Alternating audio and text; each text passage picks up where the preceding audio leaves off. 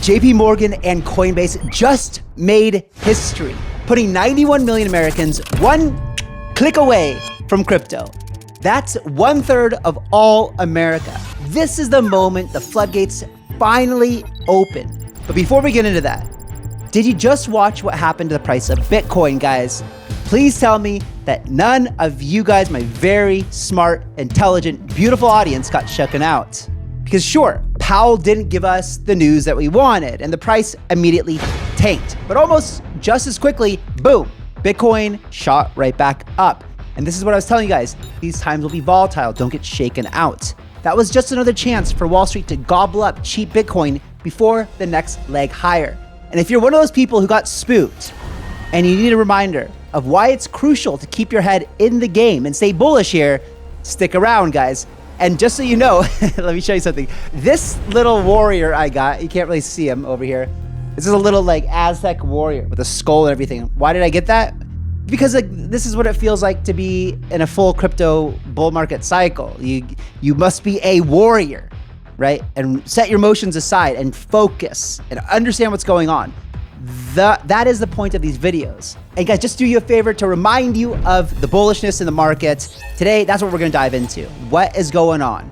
There's growing tension and a rare split inside the Fed. This is super, super rare, with two governors voting against the majority for the first time in decades. At the same time, Trump just dropped a 168-page crypto plan spelling out new rules for banks, stablecoins, and even pushing to stockpile digital assets at the Treasury. Trump's World Liberty Financial just made a $2 billion splash as his new stablecoin shot into the top 5 overnight and is already powering real-world deals on-chain. And we'll be digging into a brand new partnership between America's largest bank and its biggest crypto exchange. So while everyone's panicking over yesterday's price swings, the foundation of the next bull run are being set right now, guys. Without further ado, let's get into it. And you guys already know how you can help the channel. Do me a massive solid, destroy that like button. If you liked yesterday's video, hit that like button. If you guys are trying to be the Bitcoin and Ethereum 1% club, hit that like button and let's get into it, guys. Let's start off with what just happened at the Fed.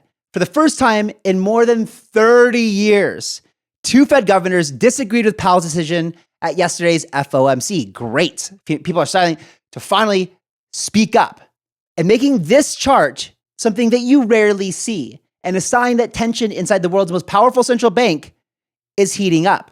Powell says the Fed is well positioned, but growth is losing steam. GDP just rose 1.2% in the first half of the year. People are finally pulling back on spending, and companies aren't hiring as much. Prices are still climbing, and new tariffs are making some things even more expensive. Through it all, Powell's playing hardball. Powell is sounding the alarm on tariffs, warning that new trade actions could keep inflation sticky, and he might have a point. Just look into the latest headlines. Trump rolled out a 40% tariff on Brazil, slapped a universal 50% tariff on all semi-finished copper imports, and is even targeting copper-intensive goods, which caused the price of copper to tank. Meanwhile, Trump says he's hearing the Fed will lower rates in September. This rumor adds even more pressure and anticipation across the market. But with all this public back and forth, you almost get the sense that the more Trump talks, the more Powell wants to prove he won't be pressured. Trump just unloaded on True Social, calling Jerome too late, Powell too angry, too stupid, too political, and flat out branding him as a total loser who's costing the country trillions. The gloves are off, guys, and the pressure campaign just turned personal. Well, it's been personal for a while, but even more now. The Fed isn't making any moves right now. Inflation came in lower than most people expected last month, but Powell isn't convinced things are getting better. He says prices are only staying in check because stores are still selling off old inventory they bought before all these new tariffs hit. I don't know, guys. You think that's true or not? Once that runs out and the companies have to pay more for new stock, he's expecting prices to start rising higher. Now, I know that some companies, because I bought a new car recently, right? And I know that they said, this is pre-tariff prices when, blah, blah, blah. So, but it wasn't that recent. That was months ago, right? And we had these tariffs come in like in January, February. It's been 6 months. Do you really still think these stores have all the inventory from that time? I don't think so. I don't know. And the job numbers, they look decent on the surface. Unemployment is at 4.1%, and people are still getting hired. But job growth is definitely slowing down. So from Powell's perspective, there's no urgent reason to cut rates. How about saving the country trillions of dollars in interest rates? That, to me, seems pretty urgent. Powell's just waiting to see if something changes in the economy before making his next move. Powell refused to promise a rate cut in September, didn't even mention it, reminding everyone that the next 2 job reports and 2 rounds of inflation data will be crucial. Market odds for a September rate cut dropped from 61% to 53% after Powell's press conference. This pause shifts all focus to September. Every time Powell speaks, all it does is add even more uncertainty. And that's what markets hate the most. But guys, is that why we got all this volatility last night? I dug a little deeper because it just didn't make sense to me. Why would we dump so hard and the FOMC was literally a nothing burger and we all expected that the rates wouldn't rise? What I found might shock you. Check out this chart of the ES1. The ES1 chart is a snapshot, the E-mini S&P 500 futures contracts, which is basically Wall Street's favorite way to bet on the direction of the entire US stock market. Here, you see a wild move. The blue line, which tracks the price, suddenly plunges above 6,460 all the way down to 6,340. That's a massive instant drop of about 120 points lost in minutes. For a market this size, this is absolutely huge. But what's most interesting, right after this crash, the price rockets right back up to 64.34. So in all that pain, all those liquidations, all those panic sells, and the market almost returns to where it started, as if nothing even happened. If you look at the bottom of the chart, you'll notice a spike in green bars. That's trading volume. And when it shoots up like this, it's telling you there was a ton of activity, mostly people being forced out of their positions, either because their stop losses got hit or they were trading with too much leverage and got wiped out. All this action happened in less than an hour. That speed combined with that volume is classic behavior for what traders call a liquidity grab or a shakeout. There wasn't any big scary news from the Fed that would justify such a violent move. In fact, it was what we call a nothing burger from the FOMC. So why did prices drop so hard?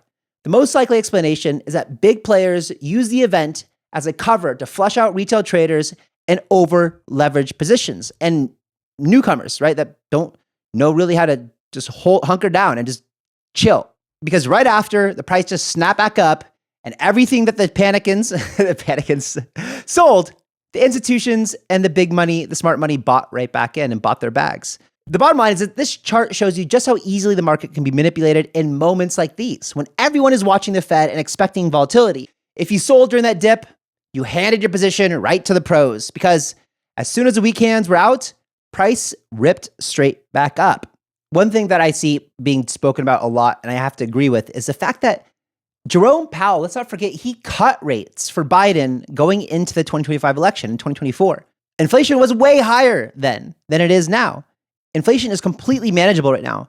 So why is Jerome being so political and so stubborn when it's a net negative for the country? Some people say that it's good, they support what he's doing. Some people say he should cut rates. What do you guys think? I'm very curious in the comments below.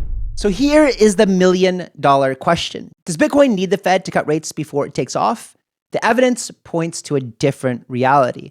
Let's break this myth wide open by looking at what actually happened the last 3 times the Fed acted just like this, holding rates high, delaying the first move, and keeping everyone guessing. First, let's rewind all the way back to 2017. The Fed raised rates 4 times that year.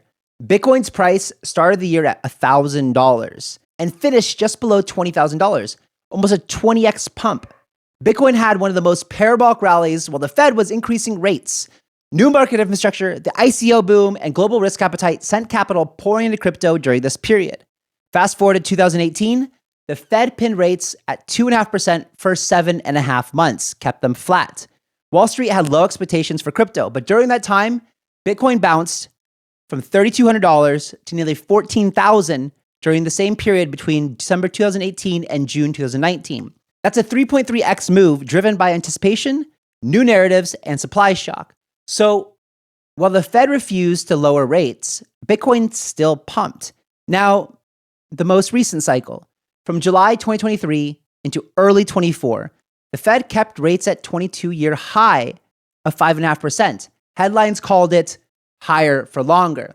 And during that same time, Bitcoin pumped from 27,900 to new all-time highs at the time of $73,000. The catalyst was spot ETF approvals, the halving countdown, and a wave of capital from institutions overseas. In each cycle, many of Bitcoin's most impressive runs have not needed rate cuts. Whenever new infrastructure, increased global liquidity, or a supply shock happened, it pushed Bitcoin higher, regardless of what the central bank was doing. So if you're watching and waiting for a signal from the Fed, step back and study this pattern, guys. It's true that history doesn't repeat, but it often rhymes. The lesson here is that even without rate cuts, Bitcoin can still deliver life-changing pumps. But once the Fed actually pivots to cutting rates, like it did in March 2020, that's when things can go absolutely parabolic. Back then, as soon as rates were slashed to zero, Bitcoin absolutely exploded from $5,000 to $64,000 in under a year. The biggest gains often come when easier money and crypto's own catalysts collide. So how I'm looking at this is we're just fine without the rate cuts. We'll continue to go higher, and it won't be a very slow, painful path either. There's too much tailwinds, too much progression. The money supply global is exploding. I mean, we're in a really great position, but the rate cuts will come, whether it's this year, which we still expect 2 rate cuts this year, or it's early next year when Jerome retires and Trump puts in a very dovish Fed chair. That's when I think it'll get stupid. Stupid. That's when I think we're going to see parabolic. So again, it comes back to this 4-year cycle. Are we going to see it or not? Again, my strategy there is to pretend and play as if we are still intact for the 4-year cycle, but we won't know until we start to get toward the end of the year just how parabolic we are. If we keep climbing like this slow, steady growth in Bitcoin, Ethereum, and alts, right now it's just been steady and linear. We haven't gotten parabolic at all, right? And that's super healthy. I wouldn't mind seeing that for the next 3 years. Just keep going up slowly and steadily, right? But we will keep you guys informed, and that's why you got to subscribe to the channel. And before we dive into Trump's brand new crypto report, here's a quick word from our wonderful channel sponsors. Imagine this. Bitcoin hits $250,000. Solana smashes through 800 and Sui rockets to $30. Now imagine the tax bill when you finally cash out. Yep, that stings. But what if you could stack all that upside tax-free? With Bitcoin IRA, you can. It's the retirement account built for crypto believers. Zero boring paperwork, zero mutual funds, and all the upside of Bitcoin and your favorite altcoins growing in a tax-advantaged way. Rolling over your old IRA or 401k takes just a few clicks. Over 200,000 people are already using it, so your future doesn't get left behind. If you want to keep more of your gains and let your coins work for you, not the tax man, click the links below, guys, and you let them know Kyle sent you. You could earn up to $1,000 in rewards and get started today. And also, you don't have to have a retirement account to use Bitcoin IRA. Go in there and check out just have a call with them. They're going to call you. They're not super salesy. And ask them what kind of opportunities you have for people who maybe, if you don't have a retirement account set up yet, how you can still take advantage, because this is the US government allows us to take advantage when we set up these kind of structures and have them be tax advantageous to us. So even if you don't have a Roth IRA or 401k, you still want to probably check it out. And today, guys, some of the biggest opportunities, as we talk about on this channel all the time, are coming from public companies adding crypto to their treasuries. That's why I use Kraken. With Kraken, you get access to over 11,000 assets, crypto, stocks, and ETFs, all in one secure and easy to use dashboard. Kraken makes it simple. Sign up in minutes, fund instantly, and trade in seconds with industry-leading security, proof of reserves, and 24/7 support. Trade crypto, stocks, and ETFs all in one place. And yeah, they do offer the Coinbase stock, and you can do it through crypto. You don't have to have a broker, like the traditional stock broker, which I vastly prefer. So guys, click the link in the description below and get started today. The information provided in this video is for educational purposes only and does not constitute any financial advice. I must tell you that. All right, now let's get back to the alpha. We're still waiting on the Fed to give us those beautiful pumpamentals, but the fundamentals everybody has been waiting for a long time are finally here. The White House just released a 168-page crypto report that covers everything from stablecoins to banking and lays out exactly how the US wants to handle digital assets. The SEC and the CFTC are both getting clearer roles. So every project, bank, and investor can finally see what the rules are. Banks are being told to get ready to custody crypto. The demand for these services are huge. And now that bank charters are being streamlined, you're going to see headlines from major banks, like JPMorgan teaming up with Coinbase, showing up almost every day. I'll tell you more about this partnership later on in the show. The report spells out that stablecoins need to be fully backed by US dollars. Congress is being asked to pass a law that would ban government-run CBDCs while keeping stablecoins in the private sector to strengthen the US dollar. A key highlight is the push for a national crypto stockpile, Bitcoin, Ethereum, and other assets held as strategic reserve by the Treasury using forfeited digital assets. Senior officials have already started this process, and the future reports will reveal which coins get added, which to me it's a little bit confusing because it's forfeiture and we're not really planning on, at least it's not clear to me that they're planning on buying new coins. So that part's a little bit, anyway, the point is, guys, is that actually this report that we've talked about, we were hoping to see something more from. It's really nothing more than what we've seen already in the Clarity Act, the Genius Act. To me, I looked at this and said that there's like nothing new in here and was a little disappointed that we didn't see the Bitcoin strategic reserve. Like they should start buying already. But anyway, the fact of the matter is that we're getting these new rules. And the most interesting thing for me as a builder is the safe harbor passage, what they're looking at for new crypto companies like Commonwealth, like Paid Network, who are startups and who want to build in America, offer services for Americans, and want to operate in partnership with the government to offer these services. So that's huge for me. That's like the most exciting thing in this whole American crypto adoption. So aside from the crypto-friendly laws that Trump is pushing for in Washington, let's dig into the most ambitious crypto play ever attached to a US sitting president. The only one, let's be real, sitting for a US president, right? World Liberty Financial, Donald Trump and his family are listed as co-founders with a powerhouse team of American and crypto insiders building what's likely to become one of the biggest DeFi leaders in America. World Liberty Fi is rolling out a fully regulated DeFi ecosystem centered on this USD1 stablecoin that also was rolled out by them. The USD1 hit over $2 billion in circulating supply within days, earning a spot among the top 5 in stablecoins worldwide. Every token is fully backed by either US dollars or short-term treasuries and is operating within the preview or the guidelines of the Genius Act. The US government has been searching for more buyers of its treasury debt. We've been talking about that. And stablecoins have quickly become some of the largest holders on the planet. By backing USD1 with US treasuries, it means huge amount of crypto dollars are now helping America finance its debt directly, connecting the world of digital assets to the heart of the global financial system. Real-world adoption of Trump's stablecoins is already happening. The Abu Dhabi MGX fund used freshly minted USD1 to settle a $2 billion equity purchase in Binance. This deal pushed USD1 supply past a $2 billion mark in a single move and proved that World Liberty Fi ecosystem is capable of handling institutional scale and cross-border transactions, obviously. World Liberty Fi gives every holder a direct stake in the USD1 ecosystem. Like this is probably the most interesting thing about USD1.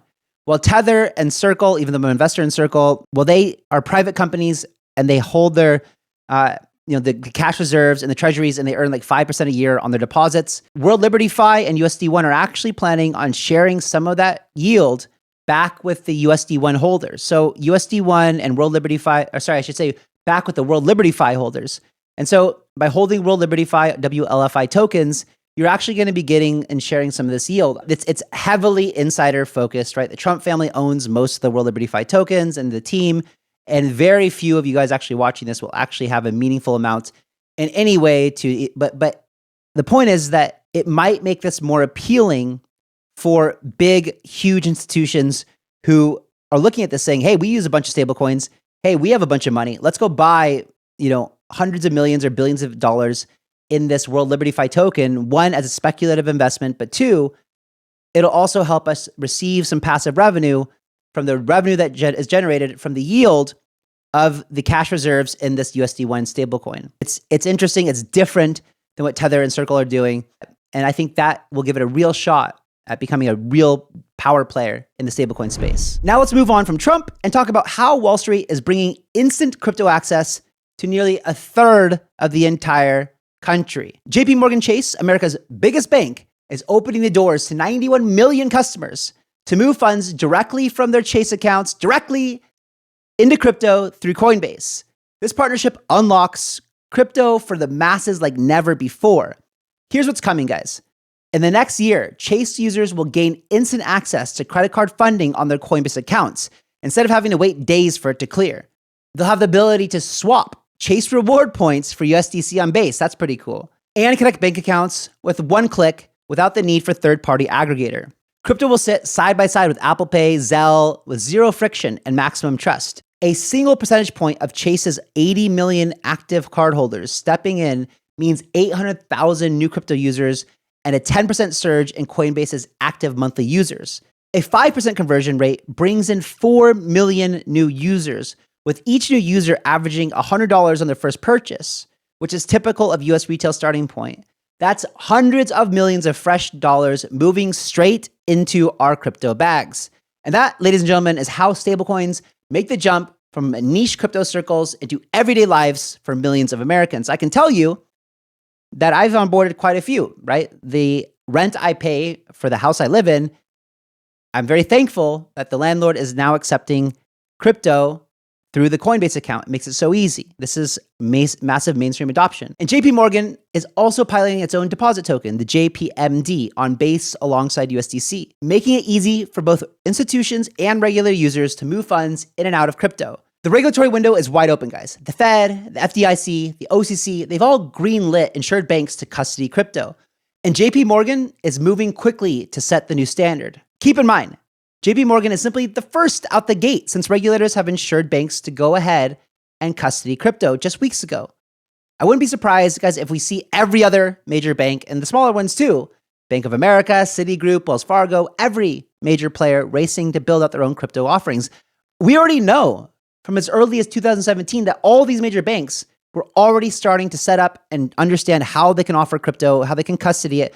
They're definitely not just stepping into the ring now. They've been preparing this for years, guys. I'm telling you, like for years and years and years. You can just go back and just look on Google, Bank of America, crypto 2017, see what they were doing. All these banks have been just waiting for this moment where they get the regulatory green light, which they now have because they, like I say all the time on the show, if you're a bank and you can offer a new product to somebody, you're going to do it, right? You're going to do it. That's what you're going to do. And so now they can offer lending and custody and all these things. But what I wanted to say is I think the real winner here, and we've talked about this so many times ad nauseum on the show, the real winner is Coinbase. Coinbase is partnering with everybody. And if you look at the stock, the share price right now, it's sitting at like 98 billion FDV. But man, this is not an if to me, but this is an if. If I don't say if, then some people might get offended. But like if crypto becomes massively mainstream and the trajectory continues to go at the pace it's going or accelerate even faster, I wouldn't be surprised if Coinbase becomes one of the largest companies in the world. And you can use Kraken to buy Coinbase shares right now and not have to open a brokerage account. So guys, after a wild 24 hours, skeptics getting shaken out of their positions and bears being punished right after their celebration started, here's the real story. You got Wall Street, Washington, and Main Street. They're all colliding right now to take shape for the next era of crypto. The Fed's playing hardball, but Bitcoin, it doesn't care. Trump and DC are rewriting the rules, and America's biggest bank is rolling out crypto red carpet to millions. If there's one thing to take away from today, it's this. While everyone's busy panicking over price swings, the smart money is positioning for what comes next. The groundwork for the next bull run is being laid right now and has been for years. And if you're here, you're already ahead of everybody else, guys. 2 days ago, guys, I told you exactly what was going to happen, so the volatility shouldn't really come as a surprise. Well done if you guys had dry powder and bought the dip, because you don't want to fight momentum in a bull market. So guys, keep your heads clear, stay bullish, and don't let the day-to-day swings shake you out, because history shows the biggest moves come when most people are about to give up. If you guys got value from this video today, make sure you do me a favor, like the video, subscribe to the channel if you're not already. My name's Kyle. I've been in here for 13 years. My goal is to make sure you guys get all the alpha you need to absolutely crush it in this bull market. And share this video with a friend who you care about their success so you can help them. They will thank you for it later. And if you guys want to see exactly why I think August will likely turn out to be extremely bullish for Bitcoin, crypto, and our bags, check out this video next. And remember, guys, stay sharp, stack your Satoshis and some ETH, and I'll catch you guys on the next one. See ya.